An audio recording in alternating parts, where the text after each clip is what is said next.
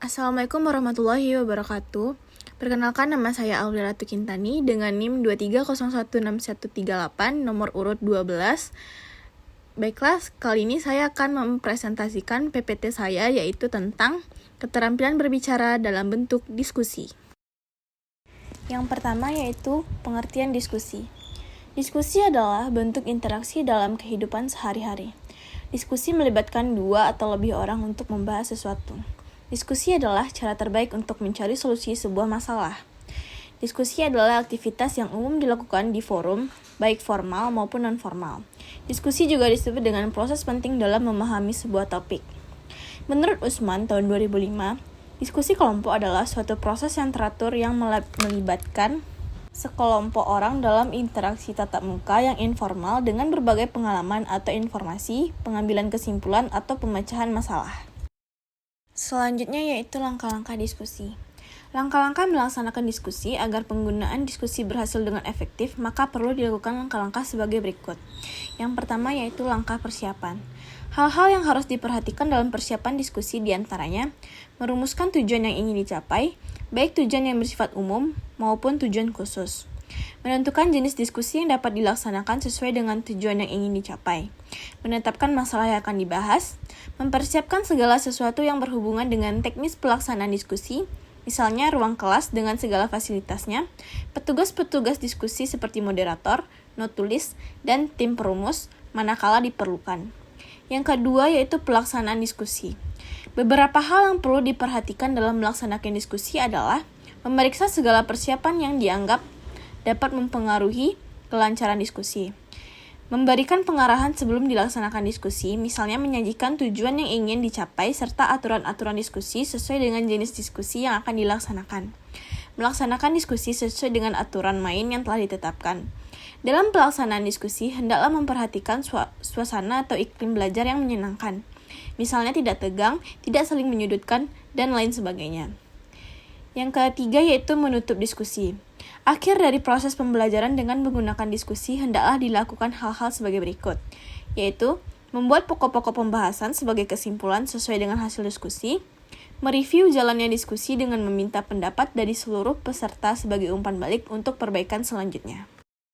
Berikutnya yaitu hambatan dalam diskusi. Yang pertama, adanya sebagian siswa yang kurang berpartisipasi secara aktif dalam diskusi, acuh tak acuh, dan tidak ikut bertanggung jawab terhadap hasil diskusi. Yang kedua, sulit meramalkan hasil yang ingin dicapai karena penggunaan waktu yang terlalu panjang. Yang ketiga, para siswa mengalami kesulitan mengeluarkan ide-ide atau pendapat mereka secara ilmiah dan sistematis. Hambatan lain dalam diskusi biasanya ialah setiap orang menginginkan segera dicapainya persetujuan atau kesimpulan. Sikap seperti ini menghalangi jalan menuju terjadinya perubahan sikap para siswa oleh mereka sendiri. Perubahan sikap ini lebih penting daripada yang lain dalam proses belajar mengajar lewat formasi diskusi.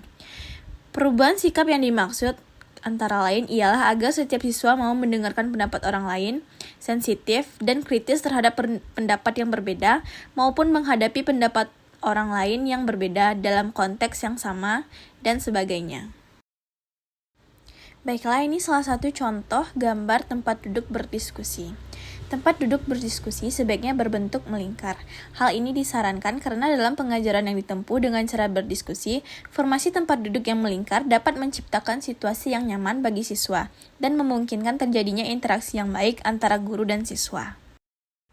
Selanjutnya yaitu manfaat berdiskusi. Yang pertama yaitu meningkatkan pemahaman topik. Melalui diskusi, kita bisa berbagai perspektif dan pemahaman mengenai topik yang sedang dibahas.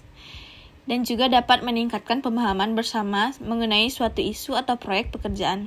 Menariknya, diskusi membuka pintu untuk melihat suatu topik dari berbagai sudut pandang sehingga memperkaya wawasan setiap peserta diskusi kelompok dan memastikan agar setiap elemen dalam topik bisa dipahami dengan baik. Yang kedua, meningkatkan keterampilan komunikasi. Komunikasi yang efektif adalah kunci sukses dalam setiap tim dan hal ini bisa dicapai melalui diskusi kelompok. Dan juga dapat mengasah keterampilan komunikasi melalui diskusi. Diskusi kelompok memerlukan kemampuan menyampaikan ide secara jelas dan mendengarkan dengan penuh perhatian alias active listening.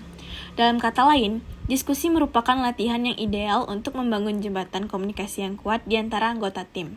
Yang ketiga, melatih kemampuan berpikir kritis. Proses ini membantu kita melatih skill critical thinking, di mana kita dapat menilai dan menyaring informasi dengan bijaksana sebelum membuat keputusan yang krusial bagi kebaikan bersama. Yang keempat, meningkatkan pemahaman akan suatu isu atau masalah. Dalam diskusi, kita dapat menggali lebih dalam terhadap suatu isu atau masalah. Hal ini ternyata berguna dalam mencari solusi dan mengatasi tantangan yang dihadapi oleh kita dalam bekerja atau menyelesaikan suatu proyek. Yang kelima, meningkatkan kreativitas. Kita juga bisa saling bertukar ide dan pendapat melalui kegiatan diskusi kelompok. Kolaborasi dalam diskusi seringkali menghasilkan ide kreatif yang tidak pernah terpikirkan sebelumnya. Munculnya perspektif dan pengalaman yang beragam dapat membuka peluang inovasi yang bisa membawa manfaat pada proyek atau tugas yang sedang dikerjakan. Yang keenam, meningkatkan kepercayaan diri. Berpartisipasi aktif dalam diskusi memberikan kesempatan bagi kita untuk berkontribusi. Hal ini tidak hanya meningkatkan kepercayaan kita dalam berbicara di hadapan rekan kerja, tetapi juga membangun rasa saling percaya di antara anggota tim secara keseluruhan. Yang terakhir yaitu meningkatkan kerjasama tim. Diskusi memainkan peran kunci dalam membentuk kerjasama tim yang kokoh. Melalui diskusi, kita dapat membuka jalur komunikasi serta menyatukan pemikiran tim sehingga menciptakan kolaborasi dan kerjasama tim yang produktif. Setiap anggota tim dapat memahami peran dan kontribusinya sehingga menciptakan sinergi yang memperkuat kesatuan tim. Selanjutnya yaitu unsur-unsur diskusi. Yang pertama yaitu moderator. Moderator adalah orang yang memandu jalannya sebuah diskusi. Moderator memiliki beberapa tugas seperti mengatur, memandu, dan mengawasi jalannya sebuah diskusi.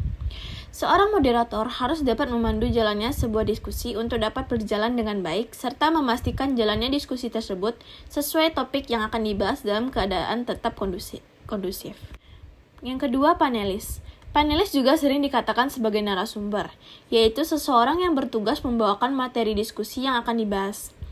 Tugas dari panelis antara lain untuk menyampaikan masalah dan juga solusi dari diskusi tersebut. Panelis atau narasumber juga harus siap untuk menjawab segala pertanyaan yang kemungkinan akan dipertanyakan oleh para anggota diskusi. Jadi, untuk menjadi seorang panelis harus memiliki pemahaman tentang topik diskusi yang akan dibahas. Yang ketiga yaitu notulis. Dalam sebuah forum diskusi harus ada seseorang yang bertugas sebagai notulis atau hasil catatan dari bertukar pendapat tersebut. Untuk menjadi notulis, seseorang harus mendengarkan dengan baik jalannya diskusi. Notulis juga harus memiliki kemampuan yang baik untuk bisa meringkas ide atau gagasan yang dikeluarkan oleh para anggota diskusi. Yang keempat yaitu peserta diskusi. Bisa dikatakan sebagai diskusi apabila kegiatan tersebut terdapat peserta yang mengikuti jalannya diskusi tersebut. Jadi, diskusi tidak bisa dijalankan tanpa adanya peserta yang mengikutinya. Peserta diskusi tidak hanya sekedar mendengarkan saja, tetapi juga harus ikut aktif dalam jalannya kegiatan tersebut. Selain itu, peserta diskusi juga harus bisa menyampaikan ide atau gagasan yang lainnya. Yang kelima yaitu materi diskusi. Materi harus dipersiapkan oleh semua orang yang terlibat dalam jalannya sebuah diskusi. Orang yang terlibat dalam sebuah diskusi harus menyiapkan materi terlebih dahulu. Materi yang dipersiapkan juga harus sesuai dengan topik yang akan dibahas. Yang terakhir, fasilitas. Unsur terakhir dari sebuah diskusi adalah fasilitas yang menunjang kegiatan tersebut. Diskusi bisa dilakukan dengan dua cara, yaitu offline dan online. Jika diskusi dilakukan secara offline, beberapa fasilitas yang harus disiapkan adalah tempat, meja, kursi, kertas, pulpen, dan yang lainnya. Sementara jika diskusi dilakukan secara online, maka fasilitas yang digunakan adalah seperti Zoom atau Google Meet. Baiklah, materi yang terakhir yaitu jenis diskusi. Yang pertama adalah diskusi kelas. Diskusi kelas atau disebut juga diskusi kelompok adalah proses pemecahan masalah yang dilakukan oleh seluruh anggota kelas sebagai peserta diskusi. Prosedur yang digunakan dalam jenis diskusi ini adalah: yang pertama, guru membagi tugas sebagai pelaksana diskusi. Misalnya, siapa yang akan menjadi moderator dan siapa yang akan menjadi penulis. Yang kedua, sumber masalah, yaitu memaparkan masalah yang harus dipecahkan selama 10-15 menit. Yang ketiga, siswa diberi kesempatan untuk menanggapi permasalahan setelah mendaftar pada moderator. Yang keempat, sumber masalah memberi tanggapan, dan yang terakhir, moderator menyimpulkan hasil diskusi. Yang kedua, diskusi kelompok kecil.